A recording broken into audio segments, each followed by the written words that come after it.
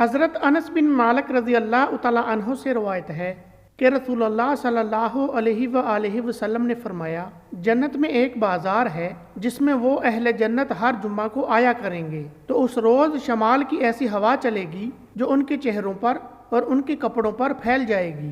وہ حسن اور زینت میں اور بڑھ جائیں گے۔ وہ اپنے گھر والوں کے پاس واپس آئیں گے تو وہ بھی حسن و جمال میں اور بڑھ گئے ہوں گے۔ ان کے گھر والے ان سے کہیں گے، اللہ کی قسم، ہمارے ہاں سے جانے کے بعد تمہارا حسن و جمال اور بڑھ گیا ہے۔ وہ کہیں گے، اور تم بھی، اللہ کی قسم، ہمارے پیچھے تم لوگ بھی اور زیادہ خوبصورت و حسین ہو گئے ہو۔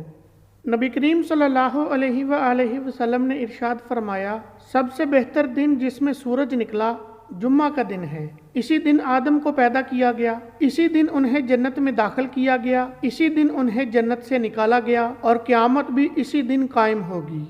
حضرت اوس بن اوس رضی اللہ تعالیٰ عنہ کا بیان ہے کہ نبی صلی اللہ علیہ وآلہ وسلم نے فرمایا، تمہارے افضل دنوں میں سے جمعے کا دن فضیلت والا ہے، سو اس دن مجھ پر کثرت سے درود پڑھا کرو، بلا شبہ تمہارا درود مجھ پر پیش کیا جاتا ہے۔ صحابہ نے عرض کیا، اللہ کے رسول، ہمارا درود آپ پر کیسے پیش کیا جائے گا حالانکہ آپ کا جسم قبر میں بوسیدہ ہو چکا ہوگا؟ فرمایا، بے شک اللہ تعالیٰ نے انبیاء علیہ السلام کے جسم زمین پر حرام کر دیے ہیں،